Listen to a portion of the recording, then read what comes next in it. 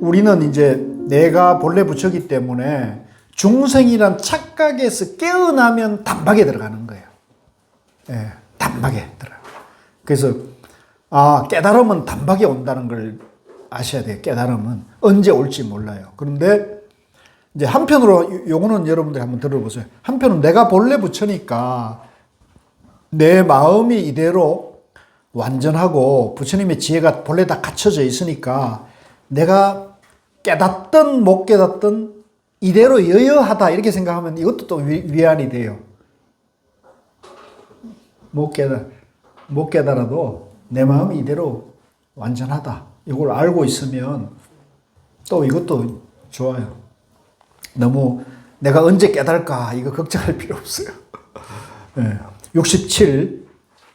대장부가 지혜의 칼을 잡으니 반야의 칼날이요 금강의 불꽃이로다. 내가 이제 내 마음에 정견이 서게 되면 이제 이 지혜, 반야 지혜의 칼을 잡아가지고 모든 번뇌망상, 잡념을 싹둑싹둑 자를 수 있잖아요. 그렇죠? 그거를 이제 칼을 잡았다는 거예요. 번뇌망상을 자르는 칼을 잡았다. 반야의 칼날이요 금강의 불꽃이로다. 이제 이 반야는 정견, 지혜의 검이니까 지혜는 뭐예요? 모든 잡념, 망상을 잘라버리는 거고, 금강, 다이아몬드 같은 불꽃이라는 것은 모든 번뇌 망상을, 헛된 환상을 다 불사질러 버리니까, 그죠? 반야의 칼날이요 금강의 불꽃이로다. 68. 외도의 마음만 꺾을 뿐 아니요 일찍이 천마의 간담을 떨어뜨리도다. 이제 외도라는 것은 이제 삿된 길을 가는 수행자들의 마음을 이제 돌려 세우는 거죠. 돌려 세울 뿐만 아니라 일찍이 천마는 하늘에 있는 마구니, 하늘에 있는 마구니들, 이제 마구니들이 뭐 어마어마할 거 아닙니까? 그죠? 어마어마하지만은 이제 지혜를 밝힌 사람이기 때문에 마구니들이 달아붙을 망상이나 번뇌나 잡념이나 장애가 다 끊어져 버리기 때문에 이 마구니들이 도저히 이 지혜를 밝힌 사람을 감당할 수가 없는 거예요. 설 수 있는 여지가 없는 거예요. 그래서 우리가 여러분들이 마장을 없애라 또 조상 귀신이 달라붙었다라든가 이런 얘기를 가끔 듣는데, 여러분들이 공부를 잘해가지고 내 존재 원리가 중도고 내가 중도 정견을 항상 밝히고 있는 사람은 마장이 달라붙을 수 있는 여지가 있어요, 없어요? 그거 없어요. 다 없어요. 아무 문제가 없는 거죠. 근데 그걸 우리가 모르기 때문에 내가 있고 내가 어쩌다가 일이 잘 될 때도 있지만 안 될 때가 있어요. 안 될 때도 있죠. 그러면 그 안 되는 것이 이제 어디 가서 왜 안 되는지 알아보니까 어디 가봤더니 천도제를 지내는데 이렇게 해서 그러면 이게 옛날에 우리 어머님이 어쨌고 아버님이 어땠고 할아버지 어땠고 할머니 어떤 얘기가 탁 기억이 되살아지는 거예요. 할아버지가 그때 그렇게 잘못 돌아가셨다는데 천도제를 해드려야겠다. 이렇게 이제 연결이 되는 거예요. 이게 이제 망상이 꽃을 피워가지고 큰 일을 만드는 거죠. 그건 전부 지나간 일이고 다시 돌이킬 수도 없고 어떻게 회복할 수도 없는데 그 일을 끌고 와가지고 지금의 큰 일을 벌린 거죠, 이제. 누구 업이 됩니까? 내 업이 돼버린 거죠. 그러니까 옛날에 지나간 실체가 없는 거였는데 이거를 다시 끌어와가지고 내가 내 일을 벌리게 되죠. 그럼 내 업이 되고 되는 거죠. 그건 사실 좋은 마음에서 하는 거니까 그걸 탓할 수는 없어요. 근데 그렇게 하는 것보다는 이제 공부를 똑바로 해서 정견을 바로 밝히면 이제 천마의 간담을, 그죠? 서늘하게, 저 사람 우리가 감당할 수 없다. 도망가자. 이렇게 되는 거예요. 69. 법의 우울에 진동하고 법고를 두드리며 자비의 구름 펴고 감노수를 뿌리는도다. 이제 진리를 이제 작은 데서도 말하고 큰 데서도 말하니까 중도정견 노래를 하면은 이게 이제 작지만 진실된 소리니까 그 울림이 큰 거예요. 그래서 아까 우리 어떤 도반님이 요새 어디 가든 저디 가든 막 우리 자랑합니다 이런 얘기가 그게 이제 진리의 북소리가 울려가지고 진동이 일어나는 거죠. 자비의 구름표고 감로수를 뿌리도다. 저는 그렇게 생각합니다. 우리가 이제 중도 정견을 밝혀서 똑바로 살아가고 똑바로 행하고 이러면 이 공감이 계속 커지고, 그러면 이제 주변 사람들도 감동을 불러일으키고 공감을 얻고 이러면 이제 이게 이제 더 커지는 거죠. 그러니까 그게 뭐 세력을 이불로 키운다고 되는 게 아니고요. 우리가 행위 똑바르고 언행이 똑바르고 진실되면 그 감동이 이제 있는 거죠. 70. 용상이 차고 발범에 윤택함이 그지없으니 삼성과 오성이 모두 깨치는도다. 이제 용과 코끼리는 이제 짐승들 중에 가장 이제 어뜸이 되는 그런 동물이잖아요. 그러니까 용과 코끼리조차도 차버리고 밟아버릴 수 있는 그런 윤택함, 자유자재한 그런 지혜를 갖추고 있단 말이에요. 그러니까 삼성은 여기서 이제 세 가지 이제 진리를 깨달으려고 하는 세 가지 길인데, 첫째는 이제 법문을 열심히 들어가지고 깨달음을 가려는 사람이 있어요. 이거를 성문이라 그러고, 그 다음에 내가 혼자 공부해가지고 내 인연 따라 깨닫는다고 하는 사람을 이제 연각성이라 그러고요. 그 다음에 이제 세 번째가 보살성. 나도 열심히 공부하지만 남들 어려움도 구해줘야겠다는, 그래서 같이 깨달음을 하겠다는 것을 우리가 보살성이라는데, 이 삼성과 오성은 뭐냐면 다섯 가지 그 깨달음의 성품에 다섯 가지 성질이 있다는 거예요. 근데 이거는 뭐 법화경에 나오는 얘기인데 너무 복잡한 원각경에 나오는 얘기인데 무슨 다섯 가지가 뭐 있어요. 우리가 무하고 공인데 다섯 가지가 있다 그러면 양면이 또 떨어지는 거잖아요. 그러니까 부처님이 다양한 근기에 따라 가지고 여러 가지 말을 해놨는데 근본은 중도고 무하거든요. 이 중도 무하에서 벗어나는 얘기를 자꾸 따라가 공부하면 여러분들이 너무 공부가 피곤하고 힘들어요.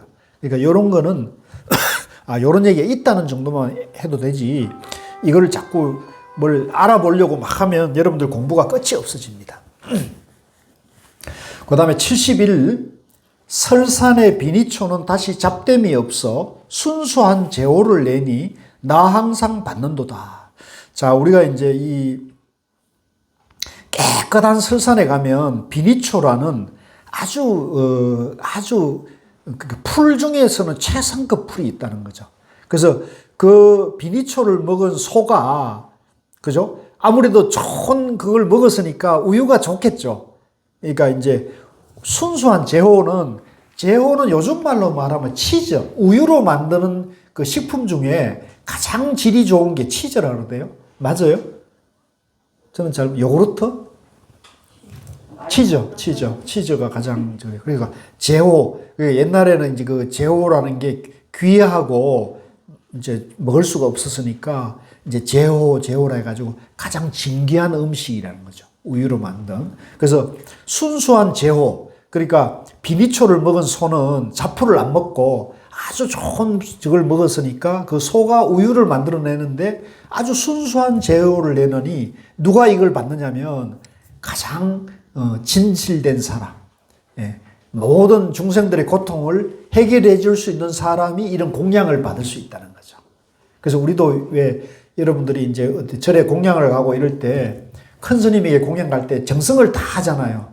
그 정성이 담긴 공양을 받아도 되는 사람이 있는데, 이 수행이 약하고 지혜와 복이 떨어지는 사람이 과분한 공양을 받으면 어떻게 될까요?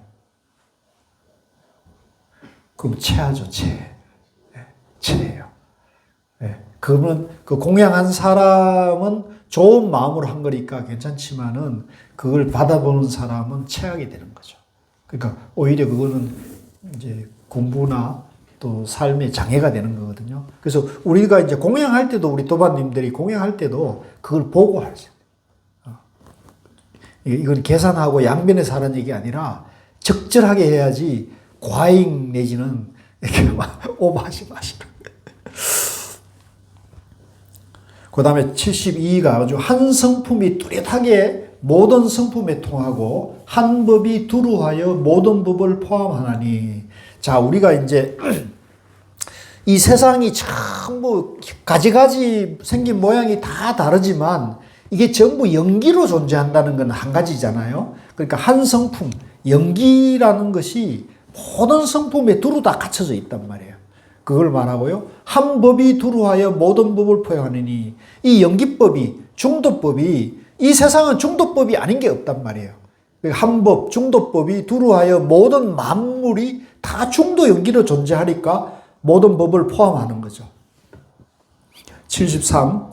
한 달이 모든 물에 두루 나타나고 모든 물의 달을 한 달이 포섭하도다. 저 하늘에 보름달이 뜨면은 천 개의 강이 있더라도 그 보름달은 1000개의 강을 차별 없이 다 비추잖아요. 그와 마찬가지로 일체 존재가 모두 중도 연기로 되어 있기 때문에 다 보편되어 있는 거예요. 다 보편되어 있는데 그걸 아는 사람은 깨닫는 거고 그걸 모르고 내가 중생이라 하는 사람은 깨닫지 못하는 거죠. 그런 이제 차별이 있는 거죠. 그런데 모든 물의 달이 한 달이 포섭한다.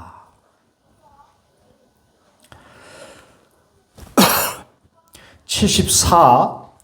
모든 부처님의 법신이 나의 성품에 들어오고 나의 성품이 다시 함께 열애와 합치하도다. 이제 요거는 제가 늘 강조하듯이 부처님 마음이나 내 마음이나 다 중도 연기로 존재하기 때문에 모든 부처님의 진실된 법의 모양이나 내 성품이나 둘이에요, 하나예요? 하나란 말이죠. 그죠? 그래서 나의 성품이 바로 열애와 같다 말이죠. 연기고 연기다. 부처님은 연기를 깨달은 거고 연기 무아를 깨달은 분이고 우리는 못 깨달아가지고 내가 있다. 내가 있는데 나는 중생이다. 이런 이제 상에 갇혀 있는 거죠. 그래서 그 분별심을 자꾸 내려놓고 내 마음이 본래 부처님 마음하고 똑같다. 이렇게 보고 믿고 그렇게 생활을 자꾸 해나가다 보면 여러분들 마음도 점점점 밝아질 수가 있다는 거죠. 75. 한 지위에 모든 지위 구족하니 색도 아니요 마음도 아니요 행업도 아니다. 자, 이제 비유하자면 이런 거예요. 이제 부처님은 한 분인데 부처님 이름이 여러 가지잖아요. 그죠? 그래서 부처님 이름이 다르다 해가지고 부처님이 가지가지 부처님이 다 다른 게 아니잖아요. 마찬가지로 여기 이제 제가 여기 중요 교수인데 그러면 저도 이제 집에 가면은 아이들인데는 아빠가 되고 이제 부인인데는 남편이 되고 또 저희 부모님인데는 이제 자식이 되잖아요. 근데 사람은 하나지만 각가지 이름은 다양하게 비춰주는 거예요. 한 지위에 모든 지위가 굳혀주니 한 지위도 연기고 모든 지위도 연기 중도로 이루어져 있는 거니까 다 갖춰져 있던 거예요. 색도 아니고 마음도 아니고 행업도 아니다. 색도 연기고 마음도 연기고 행업도 연기니까 다 각가지 모양으로 다양하게 나타나지만 전부 하나라는 것을 아는 거죠. 그러니까 차별을 하고 분별할 필요가 없다. 76. 손가락 튕기는 사이에 8만 법문 원만히 이루고 찰나의 삼아성직업을 없애버리도다. 그러니까 요게 이제 요 손가락을 튕기는 요 소리에 본래 우리가 다 중도 연기로 존재하기 때문에 내가 모른다는 착각이 탁 끊어지면은 이 84,000 법문뿐만 아니라 이 우주 만물과 내가 다 하나가 되어버리기 때문에 다 깨달아진다는 거죠. 그러니까 손가락 튕기는 사이에 8만 법문 원만히 이루고 찰나간의 아성직업을 없애버린다. 77. 일체의 수구와 수구 아님이여 나의 신령한 깨침과 무슨 상관이 있을 건가? 이제 요 수구라는 것은 부처님이 이제 많은 설법이 있잖아요. 또 부처님이 가지가지 법에 대한 숫자를 얘기했어요. 팔정도, 삼법인, 사성제 숫자가 많이 나오잖아요. 그래서 일체의 수구, 이 숫자로 말해놓은 얘기들, 그죠? 수구, 숫자로 말해놓은 법문이다. 숫자로 법문해놓은 것이 아니다. 숫자다, 아니다. 양변이잖아요. 나의 신령한 깨달음과 그런 말들은 아무 상관이 없다. 왜? 그건 말일 뿐이거든요. 내 본질은 그건 아무 관계가 없다. 78. 회방도 할 수 없고 칭찬도 할 수 없으며 본체는 흑온과 같아서 한계가 없도다. 이제 내가 내 마음을 깨닫는 데는 남이 밖에서 아무리 마군이나 외도가 해방을 해도 그거는 해방이 될 수가 없는 거예요. 왜냐하면 내가 내 내면을 깨닫는 거잖아요. 그래서 밖에서는 아무리 방해를 해도 해방할 수 없고 또 칭찬을 해도 장애가 안 되는 거예요. 근데 우리는 이제 이걸 모르니까 남이 나를 비난을 하거나 칭찬을 하면 칭찬하면 좋아가지고 막 이렇게 들뜨고 욕하면 우울하고 막 짜증이 나고 그러잖아요. 그거는 뭐냐면 내가 내 마음 안에 행복이 있다는 걸 모르고 자꾸 남인데 밖으로 우리가 행복을 추구하기 때문에 그렇거든요. 그래서 이제부터는 여러분이 내 마음 안에 영원한 행복이 있고 부처님의 지혜가 다 갖춰져 있으니까 밖으로 찾지 말고 안으로 찾아야 돼요. 안으로. 한번 같이 해봅시다. 안으로 찾자. 그래서 성철 스님께서 이제 자기를 바라보자. 같이 해봅시다. 자기를 바라보자. 자기를 바라보면 이대로 내가 부처님이라는 거죠. 그 성철 스님 법문이 굉장히 쉬운 법문을 하셨어요. 본체는 흑온과 같아서 한계가 없도다. 그래서 이제 이 내 마음은 이제 중도고 영기이기 때문에 실체가 없잖아요. 이 우주와 다른 둘이 아닌 거죠. 그래서 이제 만약에 내가 있다 그러면 이 좁쌀하는 만한 마음을 쓰지만은 내가 나랄 것이 실체가 없다고 하면은 내 마음이 우주가 되고 우주가 내 마음이 돼가지고 무한한 마음을 쓸 수가 있죠. 그죠? 그러니까 본체는 흑온과 같아서 한계가 없도다. 밴댕이 속 같은 마음 쓰면 안 됩니다. 사람이 크든 작든 마음을 우주처럼 쓸 수 있어야 돼요. 그거 배우는 겁니다, 우리가. 79.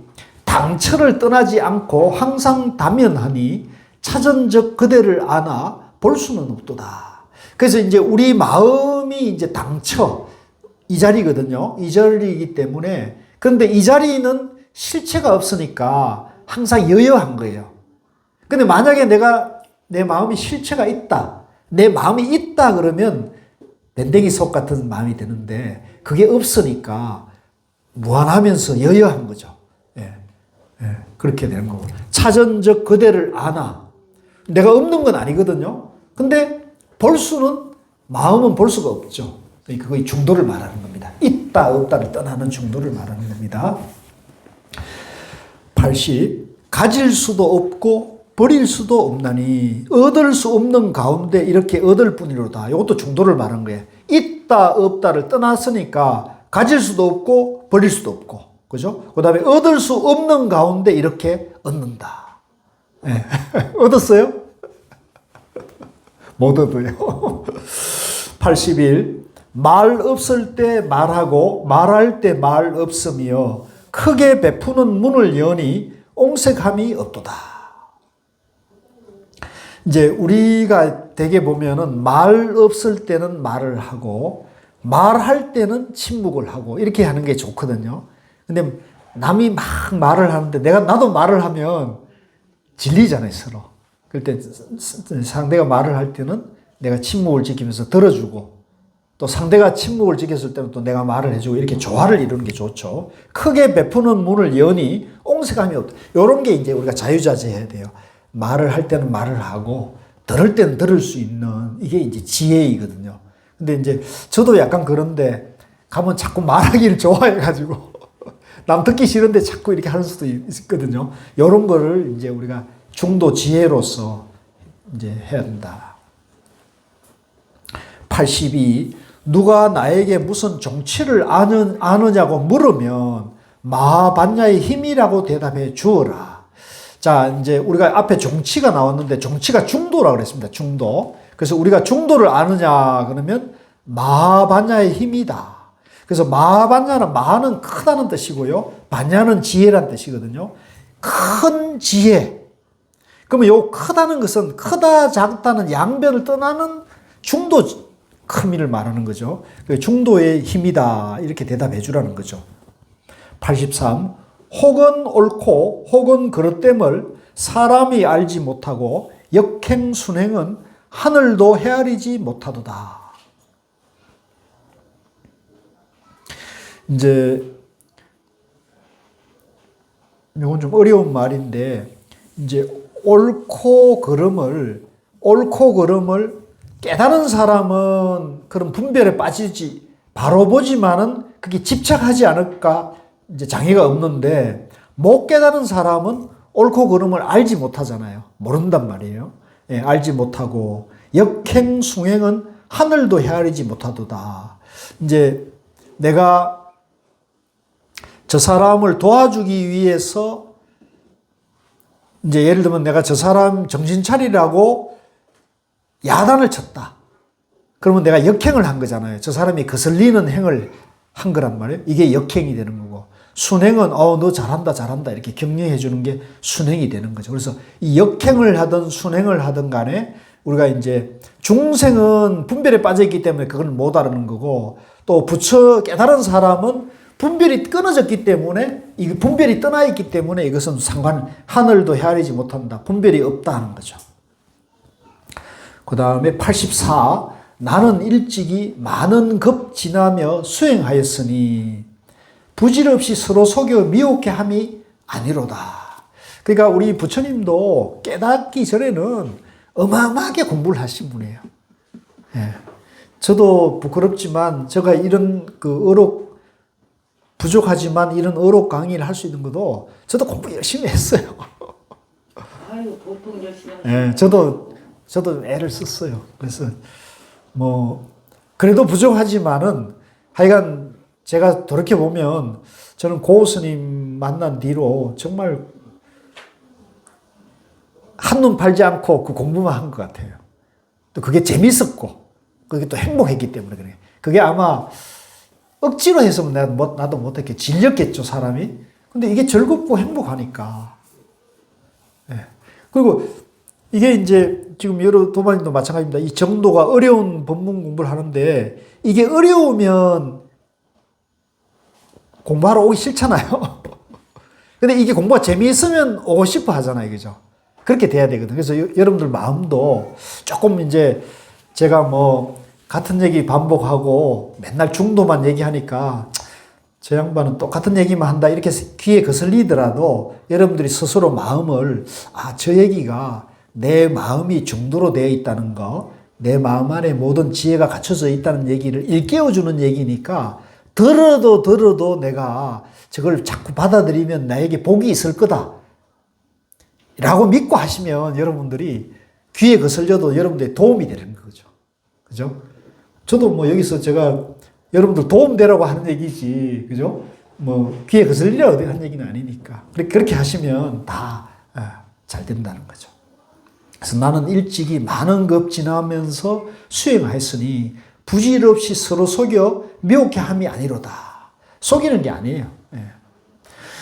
85 법의 깃발을 세우고 종지를 일으키며 밝고 밝은 부처님 법 조계에서 이었도다. 이제 이 영가 현각대사가 처음에는 천태종 공부를 하다가, 그죠? 이제 우연하게 선지식을 만나가지고 자네 그 공부 깊은 것은 이왕이면은 육조 해능대사를 찾아가서 공부를 마무리 짓게 이렇게 해가지고 해능대사인데 찾아와가지고 이제 한마디 그냥 인사도 안 하고 문답 끝에 거기서 다 깨달아 버렸단 말이에요. 그죠? 그러니까 밝고 밝은 부처님 법 조계산에서 이었단 말이에요. 육조 해능의 법을 선종 선법을 이었다는 거죠. 그동안 공부하는 교학, 천태 교학을 공부를 했는데 여기 와서는 이제 마음 깨치는 공부를 했기 때문에 이제 그 조계종 선종을 이었다는 얘기입니다. 86 첫 번째로 가습이 맨 먼저 등불을 전하니 28대는 서천의 기록이로다. 이제 부처님 제자 중에 1조가 마가습입니다. 그죠? 그 다음에 이제 법의 등불이 28대에서는 달마대사로 이어졌고요. 여기서 서천은 인도를 말합니다. 중국 기준으로 보면 옛날에 서쪽에 인도가 있었다 해서 천축 또는 서천이라고 표현했어요. 그래서 인도에는 28대 달마대사가 있다가 달마대사가 해로로 이렇게 동아시아로 왔잖아요. 동쪽으로 왔잖아요. 그래서 동아시아 해동에는 초조가 달마대사가 되는 거예요. 네. 그래서 이제 중국 사람들도 인도 사람 만만치 않게 인구도 많고 땅도 넓으니까 이제 괜히 인도 조사를 그대로 대를 잇기보다는 주체적으로 그걸 소화하는 거죠.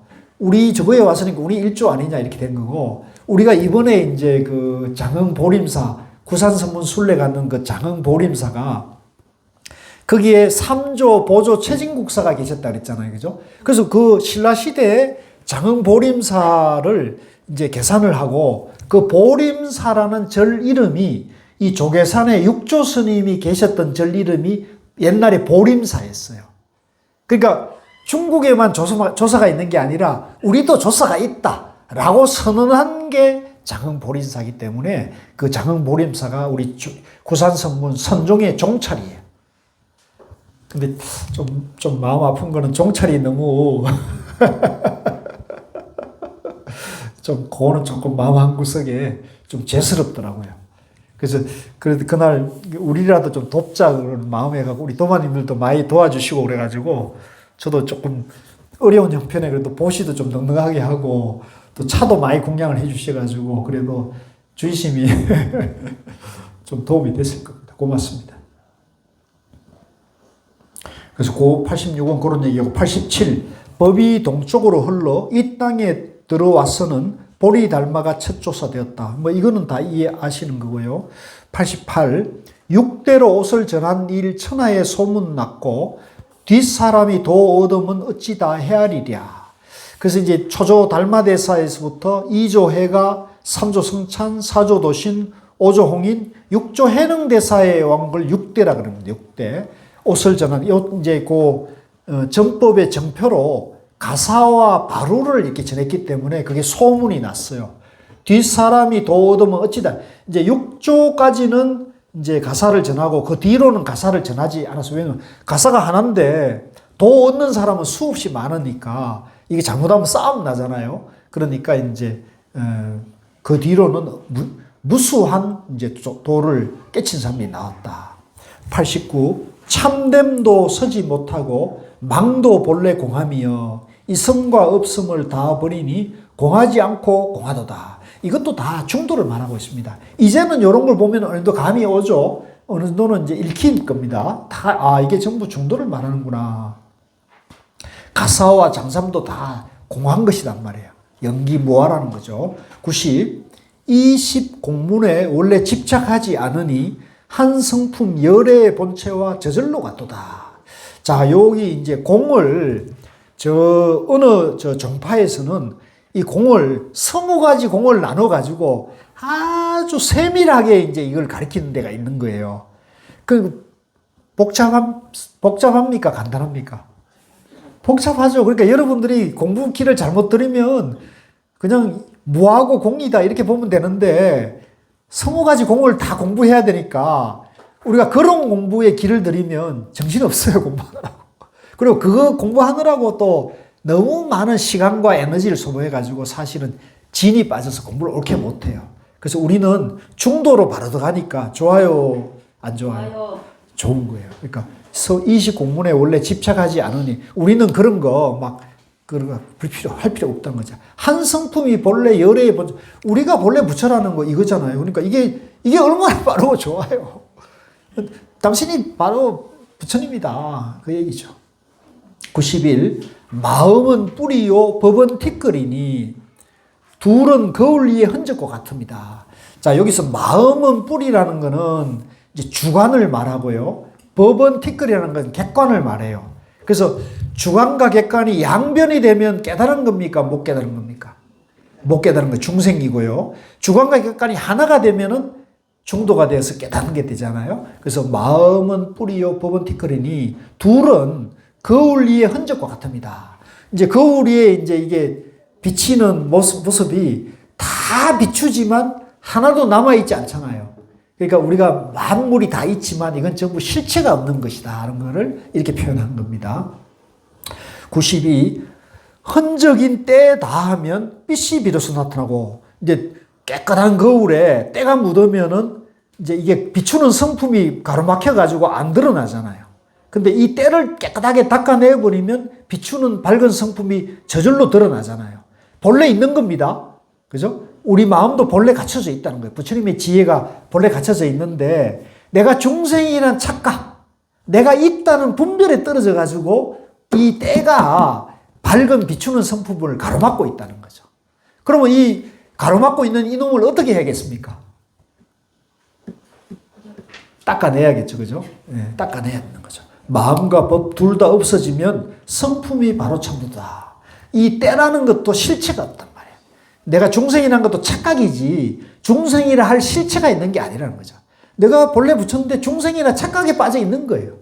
그죠? 그래서 이제 어떤 경우는 당신 붙여요 이렇게 아무리 얘기해줘도 그 중생이나 착각이 깊이 있는 사람은 거부감만 더 일어나지. 그죠? 거부감만 더 일어나지 호응을 안 한단 말이에요. 근데 여러분들은 지금 이제 벌써 아까 우리 보살님처럼 2년차 공부하고 1년차 공부하고 몇 달 공부하니까 붙여라 그러니까 조금 호응이 오죠? 안 오는 분도 있네. 요 차이예요, 요 차이. 예, 요 차이라고요. 우리 보살님은 저하고 이제 2달째 정도 되잖아요, 그죠? 이제 조금 호응이 옵니까? 예. 너무 강요하지 말아요. 그래서 이제 말을 못하는 거 와 있어. 그래.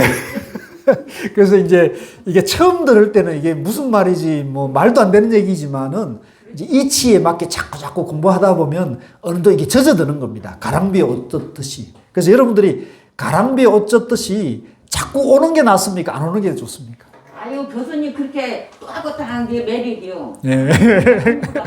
그래서 자꾸 오시면 자꾸 이제 좋아지는 거예요. 그래서 그다음에 93 말법을 슬퍼하고 희세를 미워하노니 중생의 복 열버 조복받기 어렵도다. 자, 이제 우리가 이제 아이고 지금이 이제 누가 자꾸 지금이 말법 시대래요. 저도 한편으로 생각해보면 지금같이 좀 말법 시대인 것 같은데 말법이다 상법이다 이런 분별을 하면 충도가 아니잖아요. 그죠? 그러니까 그런 생각 할 필요 없는 거예요. 그러니까 말법을 슬퍼하고 이 세상 흐름을 미워하면은 양변에 빠져 있는 거잖아요. 그죠? 이게 양변이에요. 그러니까 그런 생각 할 필요 없어요. 그런 생각 하지 마시고 그런 생각을 하면은 중생의 복이 약해서 그죠? 공부 힘이 깔아먹는다고요. 그런 생각 하지 말고 말법이든 상법이든 그 다음에 이 세상 시류를 탓하지 말고 원래 중생은 그런 거예요. 원래 중생은 그런 거예요. 원래 마구니는 원래 그런 거예요. 이렇게 일단 인정하고 받아들여야 됩니다.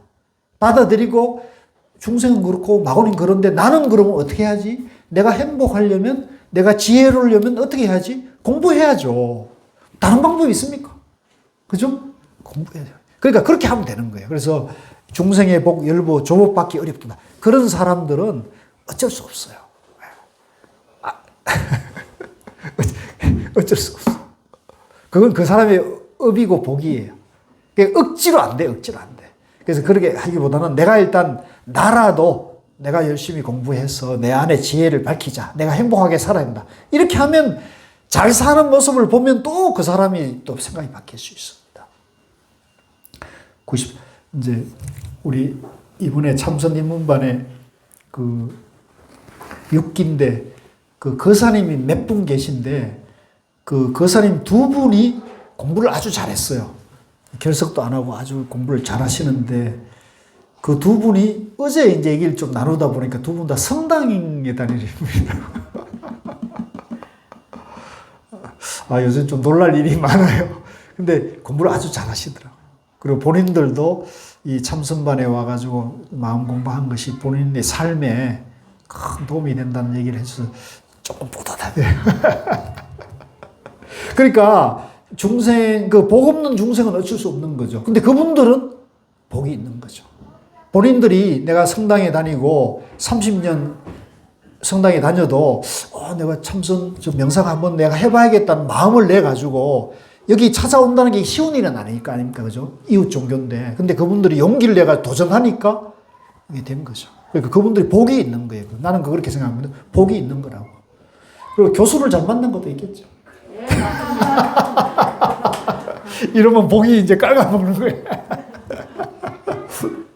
94. 성인 가신 지 오래고 사견이 깊어지며 마구니는 강하고 법은 약하여 원해가 많도다. 자, 이건 또 그렇죠. 성인이 가신지 부처님 가시고 육조스님 가시고 최근에는 뭐 성철스님, 고우스님, 정명스님 가시니까 이제 삿된 소견이 막 행행을 해요. 이건 또 부정할 수 없습니다. 그래서 마구니는 강하고 법은 약해서 원해가 원망하고 해로움이 많은 건 이건 또 현실입니다. 그죠? 현실인데 이거를 그냥 이것 때문에 나는 공부하기 싫어 이러면 중생이 복이 없는 거죠. 이러더라도 나는 공부를 해야 돼. 아시겠죠? 누가 뭐라 해도 내가 행복하게 사는데 뭐가 문제가 됩니까? 아무 문제 될 게 없어요. 지금같이 유튜브 발달하고 좋은 책 있고 다 한글로 번역이 돼 있는데 아무도 공부에 장애가 없거든요. 그래서 저는 그 성철 스님께서 이런 법문을 다 한글로 이렇게 해놓고 원택 스님이 성철 스님인데 딱이 맞아가면서 다 이렇게 지금 우리 쉬운 한글로 다 해놨잖아요. 그 성철 스님 복도 크지만 저는 원택 스님 복도 크다고 봅니다. 그분이 그렇게 해놨으니까 이 공부하기가 우리가 편하거든요. 만약에 한문 해갖고 그분 법문을 정리를 안 해놨으면 전부 우리 까먹놀이에요. 앞으로 더 하죠. 한문 세대가 가버려가지고 한문 그러면 다 진리잖아요. 다 한글로 해놨기 때문에 공부하기는 참 좋습니다. 그래서 저는 앞으로 그 시절을 탈할 필요는 없다고 봅니다. 95. 열의 돈교문 설함을 듣고서는 부서 없애버리지 못함을 한탄하노다. 우리가 이제 단박 깨닫는 법문을 듣고 내 마음의 분별심을 단박에 없애면 되는데 이게 사실은 잘 안 없어지잖아요. 그죠? 없어졌어요? 이제 이걸 자기가 한탄을 해야 돼요. 아, 이게 내가 이걸 빨리 없애야 되는데 이게 왜 자꾸 안 없어지지? 이렇게 하면서 자기 분심을 내야 돼요. 그러니까 남에 대한 분심이 아니라 내 마음 안의 중생심에 대해서 내가 분한 마음을 내야 돼요. 96. 지엄은 마음에 있으나 재앙은 몸에 받나니 모름지기 사람을 원망하고 허물지 말지다. 자, 지엄은 여기 이제 우리 창하는 우리 선생님이 계신데 지엄은 내가 이렇게 소리를 하고 검은고를 튕기면 그거를 알아주는 들을 수 있는 그런 그죠? 귀와 눈을 가진 사람이잖아요. 그걸 지엄이라 그러잖아요. 여러분들은 지엄의 친구가 있습니까? 도반이 있습니까? 그래서 지엄은 어디에 있냐면 내 마음 안에 있다는 거예요. 밖이 아니고 불교에서는 이렇게 말하는 거예요. 내 마음 안에 지엄이 있는 거예요. 본래 부처님이 계신 거예요. 그죠? 지엄은 마음에 있으나 또 이제 내 바깥의 친구가 지엄이 되려면 그 사람 마음과 내 마음이 통해야 되는 거죠. 그러면 지엄이 되는 거죠. 그러니까 지엄이 밖에 있는 게 아니라 내 안에 있고 그 사람 내면에 있다는 거죠. 재앙은 몸으로 받지만 우리가 재앙은 몸이 받죠. 그렇지만 마음이 지엄을 짓는 거죠. 모름지기 사람을 원망하고 허물지 말지어다. 그러니까 그 사람을 원망하지 마라. 그 사람 마음도 내 마음하고 똑같이 본래는 부처다. 예, 그 사람이 단지 착각에 빠져가지고 중생업을 지었는데 그거는 그 사람의 육신이 그걸 받을 뿐이지 그 사람의 자성은 나하고 똑같기 때문에 오히려 그걸 연민을 해라. 연민을 해라. 97. 무간지옥의 업보를 부르지 않으려거든 열의 바른 법률을 비방치 말아라. 이제 우리가 내가 못 깨치고 내가 법을 정법, 중도법을 못 알아들으더라도 그 정법과 부처님 법을 비방하게 되면은 우리가 정법을 듣고 깨달음을 가는데 내가 삿된 소견에서 정법을 비방을 해보면 내가 깨달음 길을 내가 막아버리잖아요. 그러니까 무간지옥의 업보를 부른다는 거죠. 그래서 열의 바른 법륜을 비방하면 안 된다. 그래서 여러분들이 부처님 법을 설하는 사람이 있으면 자세히 들어보고 그것이 중도 정견에 바탕하는 것이면은 수히 찬탄하고 그게 삿된 소견인 경우에는 그냥 지나가시면 돼요. 욕할 필요는 없어요. 듣지 말고 지나가면 돼요. 그 얘기입니다. 98. 전단향 나무 숲에는 잡나무가 없으니 울창하고 깊숙하여 사자가 머문도다. 이제 비유하자면 이제 우리가 공부 잘하는 도반들이 모여 있으면요. 그 공부 잘하는 도반은 좋은 도반이 몰려지기 마련이에요. 근데 그 안에 잡목이 있으면 그 잡목이 붙어 있을 수가 없어. 똑같은 거예요. 좋은 도반이 모여있으면 좋은 사람들이 모이고 좋은 인연이 늘어가는 거예요. 우린 지금 다 좋은 도반들이 모였죠? 좋고 나쁨을 떠나야 됩니다. 자, 99. 경계 고요하고 숲 한적하여 홀로 노니니 길 짐승과 나는 새가 모두 멀리 달아나노도다. 뭐 이건 말 그대로고. 100. 사자삭기를 사자무리가 뒤따르며 세 살에 곧 크게 소리치도다. 이제 우리가 이제 깨달은 또 이 선 공부를 하는 사람은 아직 좀 공부가 짧지만은 사자가 되는 거라는 거죠. 바로 가는 거니까 우리가 이제 그런 사람을 왕따시키지 말고 아직 공부가 짧다고 무시하지 말고 잘 배려하고 존중해서 사자로 키운. 그러면 얼마 안 가가지고 사자는 3살만 돼도 성인 행세를 한다는 거죠. 101. 여우가 법왕을 쫓으려 한다면 100년 묵은 요괴가 헛되이 입만 열미로다. 이 여우는 여우고 부처님은 부처님이지 여우가 부처님이 될 수는 없거든요. 그래서 근데 이제 이 여우가 이제 요괴거나 마구니가 부처 행세를 하면 그죠? 100년 묵은 요괴가 돼가지고 헛되이 헛짓을 한다. 102. 원동교는 인정이 없나니 의심이 있어 결정치 못하거든 바로 다툴지어다. 자, 이 깨달음의 길에는요, 중도 정견에는 이 어떤 인정이나 어떤 의리나 뭐 이런 어떤 그 인간관계에 따른 그런 정리가 없어요. 이건 법이기 때문에 한치의 오차도 없습니다. 그래서 원동교에는 인정이 없나니 이제 아르마리가 없다는 거죠. 의심이 있어 결정치 못하거든 바로 다툴지어라다. 이제 삿된 소견이면 바로 이제 정견을 바로 세워야 된다. 정견을 바로 세워야 된다. 103. 산성이 인하상을 드러냄이 아니요 수행타가 단상의 구덩이에 떨어질까 염려함이로다.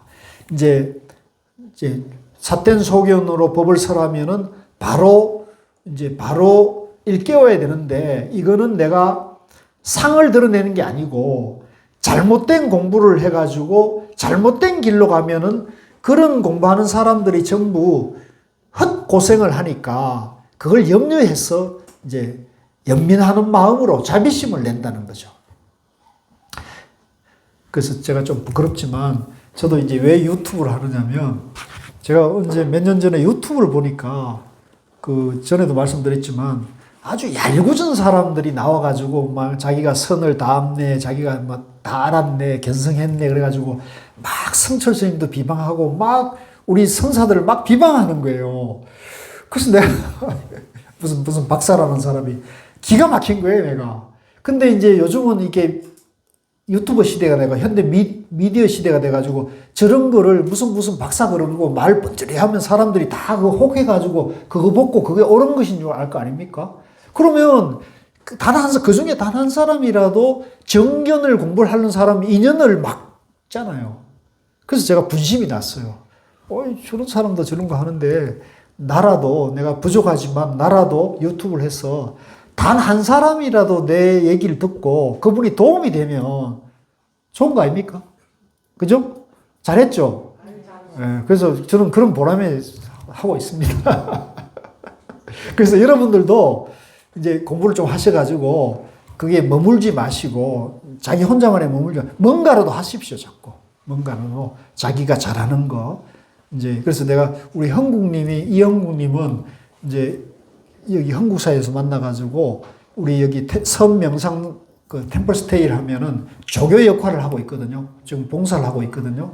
그래서 제가 다음 주에는 제가 대성사를 가야 돼요. 토요일 날. 그래가지고 대성사 갈 때 내가 다음 주에 제가 무슨 일이 있어가지고 일정이 겹쳐버렸어요. 그래서 고민을 하고 이렇게 하다가 한국 씨 한번 강의를 맡겨보자 해가지고 다음 주에 이제 강의를 맡기려고 그래요. 괜찮죠? 이렇게 자꾸 자기 개발을 하고 자기 향상을 하면 돼요. 예. 한국 씨 열심히 합시다. 예. 박수 한번 쳐주세요. 예. 그래서 이렇게 사람이 자꾸 성장하도록 그렇게 계기를 자꾸 만들어줘요. 우리 다 한 번씩 돌아가면서 발표할까요? 아무도 안 온다, 이제. 걸음과 그러지 않음과 옳음과 옳지 않음이여 털 것만큼 어긋나도 천리기로. 그러니까 이제 우리가 양변을 예의해야 되는데 이제 여기서 양변을 예일까 말까 이러면 이게 천지 차이가 된다는 거죠. 그거는 중도가 아니에요. 예, 아시겠죠? 그러니까 중생심이 요 1%도 남아 있으면 못 깨닫는다는 거죠. 아시겠어요? 완전히 비울 때까지 해야 돼요. 그래서 그 얘기를 하는 겁니다. 털 것만큼도 어긋나도 천리기로. 우리가 이제 예를 들면은 여기서는 나하고 가는 방향이 1도밖에 차이 안 나요. 우리가 365도인데 같이 가는 길이 여기서는 1도, 각도기에 1도밖에 차이 안 나는데 이게 1km 밖에 가면 어떻게 됩니까? 하늘과 땅 차이로 벌어지는 거죠. 그러니까 그 틈이 머리털 하나 차이도 그 차이인 거예요. 분별이 들어가 있는 거예요. 아시겠어요? 그러니까 이 분별이 끊어져야 된다는 거죠. 분별이 끊어지면 단박에 깨치는 돈오고 돈수가 되어버린다는 거죠. 그 얘기를 하는 겁니다. 배고 옳은즉 용녀가 단박에 성불하며 그런즉 선성이 산채로 지옥에 떨어지는다. 자, 이 용녀는 이제 이 음행을 하다가 음행을 한 이제 축생인데 이제 뱀인데 이 운이 좋아가지고 부처님 법문을 듣고 성불한 일화가 정전에 기록이 돼 있어요. 그래서 이 뱀조차도 성불하는데 사람이 성불을 못할 리는 없다는 일화로 많이 등장하고요. 그래서 일체 중생이 다 성불할 수 있다는 겁니다. 그 다음에 선성은 이제 비구인데 이 부처님의 해를 끼쳐가지고 지옥에 떨어졌어요. 그래서 이 지옥에 떨어졌지만 부처님 법문을 듣고는 거기서 깨쳤어요. 깨쳐가지고 지옥에서 벗어날 수가 있다는 거죠. 그래서 우리가 지옥을 갈 악업을 짓더라도 낙심하면 돼요, 안 돼요? 낙심하면 안 돼요. 일체 중생이 다 성불해 있기 때문에 이제 뭐 뱀이든 원숭이든 어제 그 지네든 다 이제 누구든지 발심을 해가지고 깨닫고자 하는 마음을 내면 누구든지 깨달을 수 있다는 것이 우리 부처님 법이 자유자재한 거거든요. 그러니까 그런 것에 대해서 연한하지 말라 이런 얘기고요. 106쪽 나는 어려서부터 학문을 쌓아서 일찍 주소를 더듬고 경론을 살폈도다. 요거는 영가 스님이 어렸을 때부터 이제 학문을 가까이 해가지고 유교, 도교, 사서상경을 공부하고 그 다음에 이제 불교 경전에서 이제 많은 경전과 뭐 대성기신론 같은 그런 걸 다 더듬고 경론을 다 살폈다는 거죠. 107쪽에 107번 이름과 모양 분별함을 쉴 줄 모르고 바닷속 모래를 헤아리듯 헛되이 스스로 피곤하였도다. 이제 팔만대장경에 보면 수많은 경전이 있잖아요. 그걸 다 아르마리로 어느 문자로 자꾸 더듬었으니까. 근데 그건 전부 남의 얘기잖아요. 남의 얘기. 그러니까 바닷속 모래를 아무리 헤아려봤자 그거는 남의 저거지 내 배 부르지 않다는 거죠. 그래서 내가 그냥 경전과 논설을 찾아 헤매느라고 마음 밖으로 공부를 했는데 이건 피로만 했다. 그래서 그걸 끊고 108 문득 열에 호된 꾸리지람을 들으니 남의 법에 세워서 무슨 이익이 있는가. 사실은 이 정도가 공부하는 것도 여러분들이 저인데 이렇게 강의 듣는 것도 이게 남의 얘기를 듣는 거잖아요. 근데 이 남의 얘기를 듣고 내 마음을 살피면 남의 보배를 헤아리는 걸 듣고 내 보배를 찾게 되는 거니까 그렇게 공부해야 한다는 얘기입니다. 그래서 문득 열에 호된 꾸리지람을 들으니 남의 보배에 세워서 무슨 이익이 있는가. 109 예전에 비칠거리며 헛된 수행을 하였음을 깨달으니 이제 밖으로 찾았다는 거죠. 경전과 논설을 통해 가지고 밖으로 찾다가 이제 부처님 경책을 듣고는 여러 해 잘못 풍진객 노릇을 했다. 이제 여기도 떠다니고 저기도 떠다니고 이 경전 저 경전 보내면서 많은 세월을 낭비를 했다는 거죠. 이거 생각하니까 우리 보살님 생각이 나네. 여기저기 떠다니고 애쓰셨습니다. 110 성품에 사댐을 심고 아르마리 그릇됨이여 열의 원돈제를 통전. 그러니까 내 안에 본래 다 갖춰져 있는데 자꾸 남의 말을 듣다 보니까 이건 있고 저건 저렇고 이렇게 하면서 그 말을 자꾸 따라다니다 보니까 내 마음 안에 삿댐이 이제 티끌이 붙어 때가 묻어버렸다는 거죠. 그러면 이제 공부가 또 어려워져요. 그래서 지금 어찌 보면 여러분들이 여기 와서 저하고 이렇게 공부하는 것은 어찌 보면은 그 때를 지금 닦아내는 과정일 수 있어요. 예, 그래서 이 때라는 것, 이게 때구나. 이건 바른 길이구나. 중도를 마음을 쓰면은 바른 마음을 쓰는 거고 내가 지혜로워지는 거고 양변에 떨어지면 어느 문자에 집착하면은 삿된 길이다. 이걸 이제 알면은 여러분들이 이제 길을 이제 스스로 알게 된 거죠. 111. 이성은 정진하나 도의 마음이 없고 외도는 총명해도 지혜가 없도다. 요건 좀 오늘 해드리고 싶은 얘기인데 여기 이제 신신명 정도가 도노입도의 공부를 여기 하러 오셔도 무슨 얘기가 있나 요런 관심으로 오게 되면 깨달으려는 마음이 있어요, 없어요? 그런 사람은 깨달을 마음이 없어요. 내 마음을 해탈하고자 하는 마음이 생로병사의 괴로움에 해탈하는 마음이 아니고 뭐라고 하나 들어보려는 마음이고 이성은 정진하나 도에는 마음이 없단 말이죠. 그걸 말하는 거고 외도는 총명해도 지혜가 없도다. 이제 우리가 이제 바깥에서 똑똑하고 이런 사람들이 많잖아요. 그래서 불교를 이해를 못하고 비방하고 그러잖아요. 그런 사람은 지혜가 없는 거예요. 그래서 아무리 똑똑해도 천하에 똑똑해도 자기 마음을 모르는 거잖아요.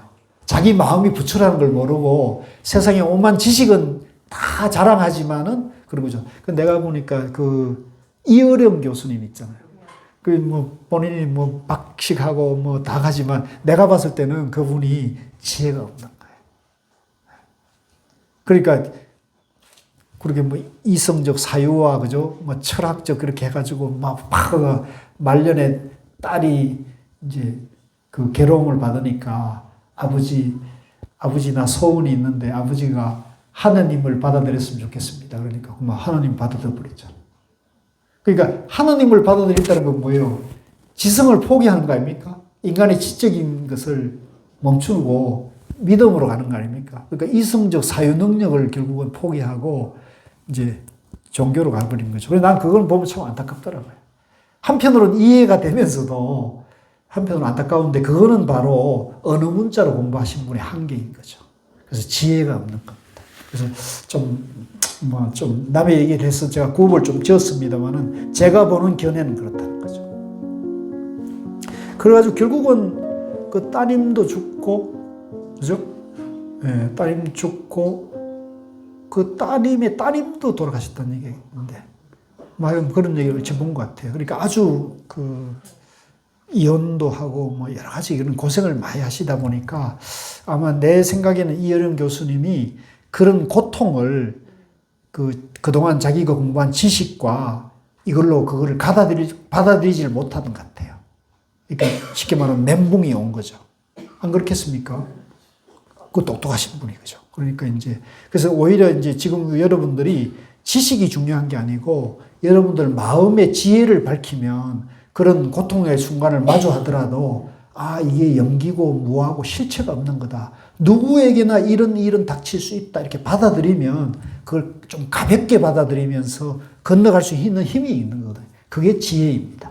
예, 그렇게 공부하셔야 됩니다. 잘 오셨죠? 예. 112. 우치하고도 겁이 많으니 빈 주먹 손가락 위에 실다운 견해를 내보다. 이제 그렇게 되면 아르마리나 지식에 있으면 어리석고 또 어리석은 사람은 큰 일을 만나면 겁이 오는 거예요.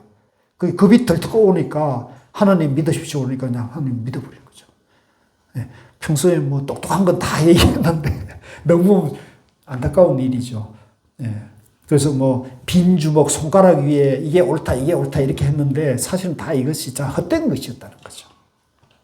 111. 손가락을 달로 집착하여 잘못 공부하니 육건, 육경, 육진 가운데서 헛되이 괴이한 짓을 했도다. 이제 내가 봤을 때 그런 분들은 헛되이 괴이한 짓을 한 거예요. 그래서 이제 이 손가락 있죠. 이 손가락을 가리키면 달을 가리키면 뭘 봐야 됩니까? 달을 봐야 되잖아요. 그러니까 우리가 여기 정도가나 팔만대장경을 보더라도 그 팔만대장경 경문이 손가락이라고 알아야 돼요. 손가락. 그게 법이라고 보면 안 되는 거예요. 근데 지금 남방에서 공부하는 분들은 초기경전을 법으로 받아들이거든요.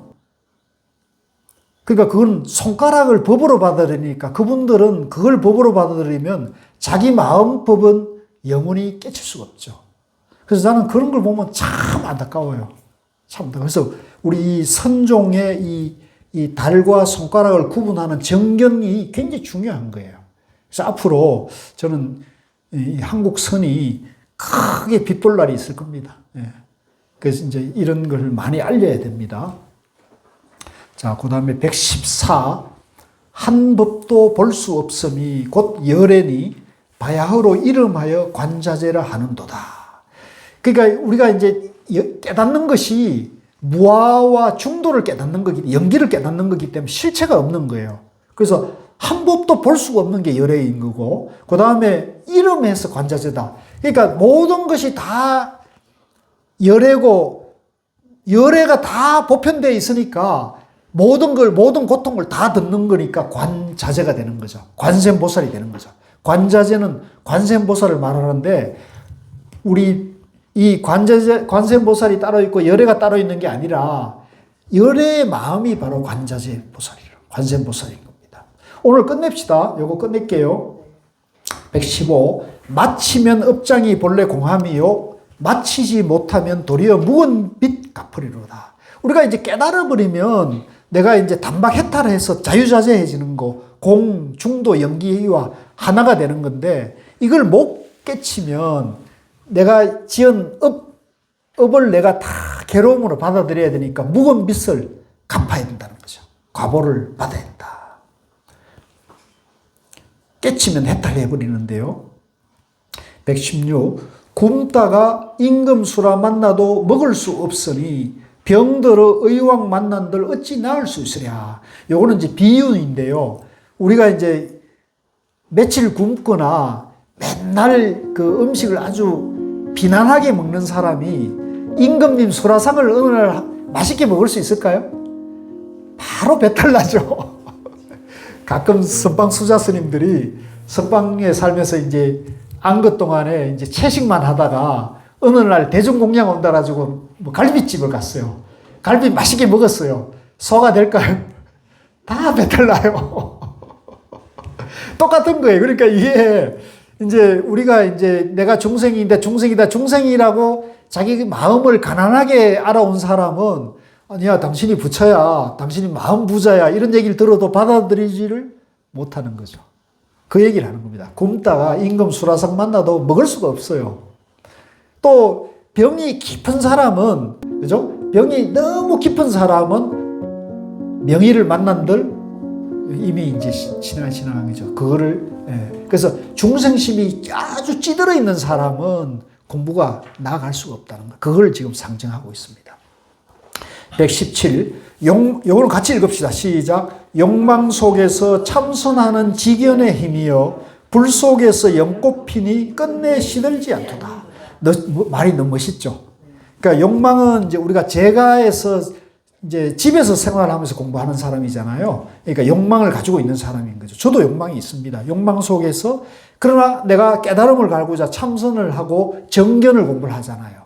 그러니까 여러분이나 저 같은 사람들 얘기하는 겁니다. 불꽃 속에서 연꽃이 핀다. 말이 됩니까? 그래서 요즘 그 오대산 월정사에서 유튜브를 열심히 하거든요. 그럼 그 제목이 뭐냐면 불꽃 속에 피는 꽃이요. 그러니까 뭐 그렇게 돼 있더라고. 불 속에서 피는 꽃이라는 제목을 해서 저게 무슨 말이지? 그런데 내가 이 정도가 보니까 아, 이게 정도가에서 따온 구절이구나 하는 걸 알게 돼요. 말이 이게 모순이죠. 근데 이제 우리가 양면을 여의면 불 속에서 연꽃이 핀다는 겁니다.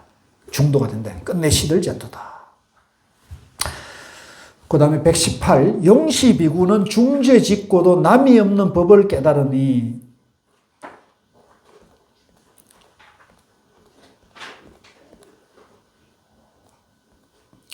중죄를 깨달으니 벌써 성불하여 지금에 있음이로다. 이제 요 용시비구는 이제 그 음행을 하고 살인을 해서 간접 살인까지 한 그런 사람인데 이제 그 부처님 법문을 듣고 이분 역시 깨쳤어요. 그래서 이제 아무리 악업 중죄를 지었더라도 누구든지 진정으로 참회를 하고 깨달음에 발심을 하게 되면 깨달을 수가 있다는 거죠. 그래서 여러분들 중에는 그런 분이 없지만 아무리 이제 중죄를 짓더라도 지나간 죄가 지금 내가 진정으로 부처님 법을 만나가지고 발로 참회를 하면은 깨달을 수가 있다. 이제 그 얘기를 이제 하고 계십니다. 무한한 용기를 주고 계신 거죠. 119. 사자후에 두려움 없는 설법이여 어리석은 완피다를 몹시 슬퍼하도다. 자, 이제 이 자유 깨달아가지고 자유자재한 법문을 하니까 걸림이 없어요. 그죠? 근데 이제 완피달은 이제 마치 거북등처럼 너무나 중생이라는 착각에 깊이 빠져가지고 자기가 중생이라는 얘기는 듣고 중생이 아니고 자네가 부처라는 말은 한마디도 안 들으려고 하는 사람이 있을 수 있죠. 이건 이제 비유하면은 하나님을 절대적으로 믿어가지고 하나님 믿으면 천국 가고, 예, 안 믿으면 지옥 간다는 생각이 꽉 들어지는 사람은 그 말을 아닌 것을 안 받아들일 수 있죠. 그거 이제 완피달과 같은 거죠. 예, 비유로 그렇게 되는 거죠. 여러분들은 완피달은 아니죠.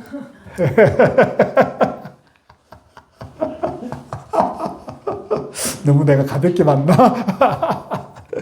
120. 중죄범하면 보리를 막는 줄만 알 뿐 열애께서 비결 열어두심을 보지 못하다. 이제 우리 부처님께서는 이제 비결이 있는 거예요. 중생이 본래 부처라는 비결이 있는 거예요.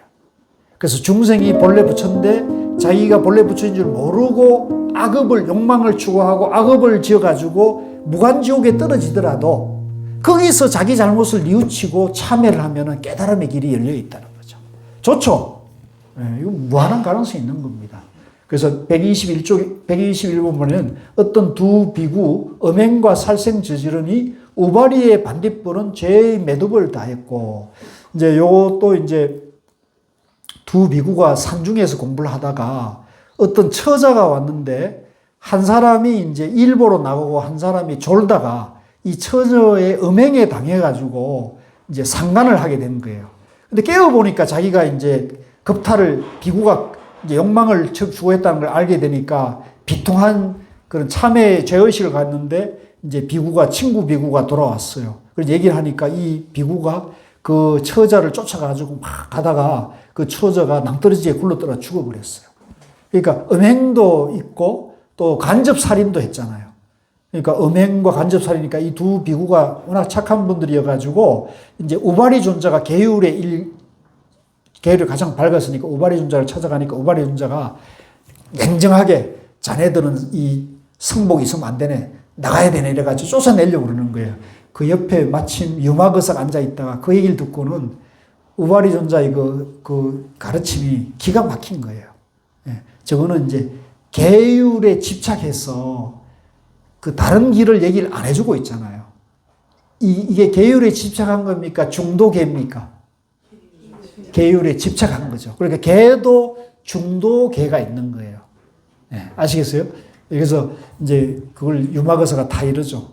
예, 그런 길도 있지만 내가 보니까 자네들은 진정으로 참회하고 잘못을 뉘우치고 있으니까 발로 참회를 하고 지금부터 열심히 공부를 하면 깨달을 수 있다고 권하니까 그 얘기를 듣고 이 두 비구가 열심히 참회를 하고 깨달아가지고 이제 깨달았다는 얘기입니다. 그런 얘기예요. 그러니까 너무 이렇게 죄와 이런 그 잘못된 업에 대해서 너무 여러분들이 미워하는 마음 너무 이렇게 저러지 마십시오. 예, 그것도 양면이니까. 그거야 뭐, 그 사람 업이라고 봐야 돼. 어떡하겠어요? 그건 내가 말린다고 안 하겠어요? 자기 의식대로 사는 거거든요. 그러니까 그거는 너무 미워하지 말고, 저 업인갑다 이렇게 생각하시고. 122. 유마대사 단박에 의심을 없애주며 빛나는 해가 서리 눈동인 것 같다다. 이게 이해되죠? 123.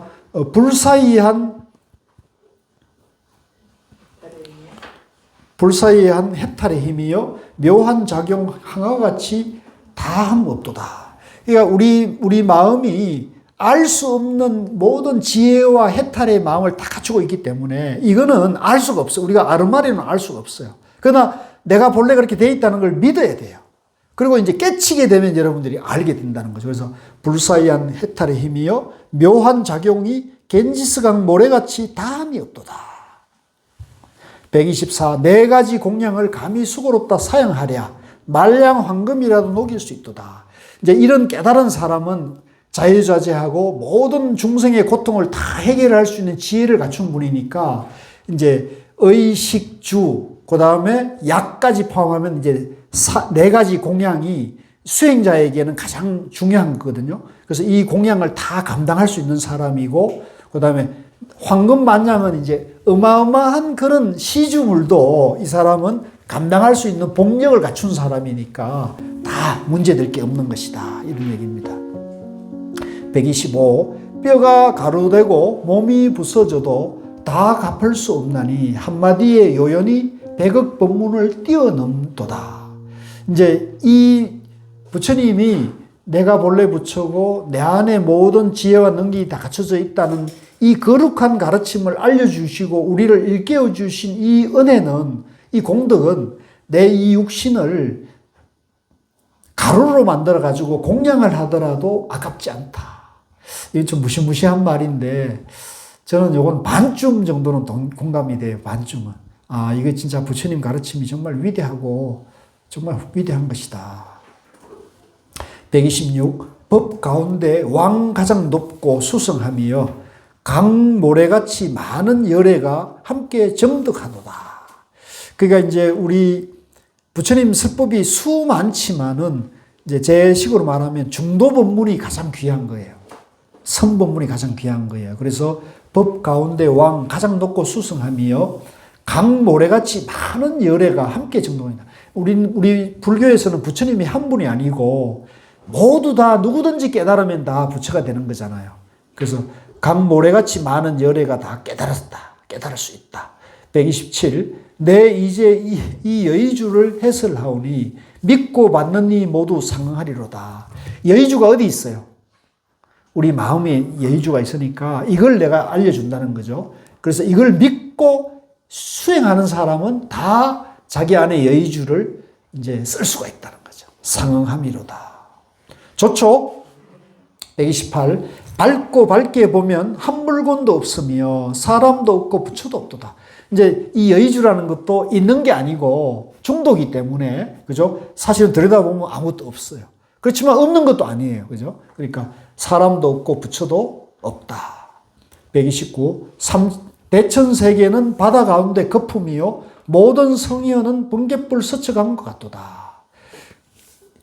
이 지금 우리 눈에 보이는 이런 모양 있는 모든 세계는 전부 물거품이고 연기고 무하고 실체가 없는 거예요. 그래서 대천세계는 바다 가운데 거품이요 모든 성의어는 번갯불 스쳐간 것 같도다.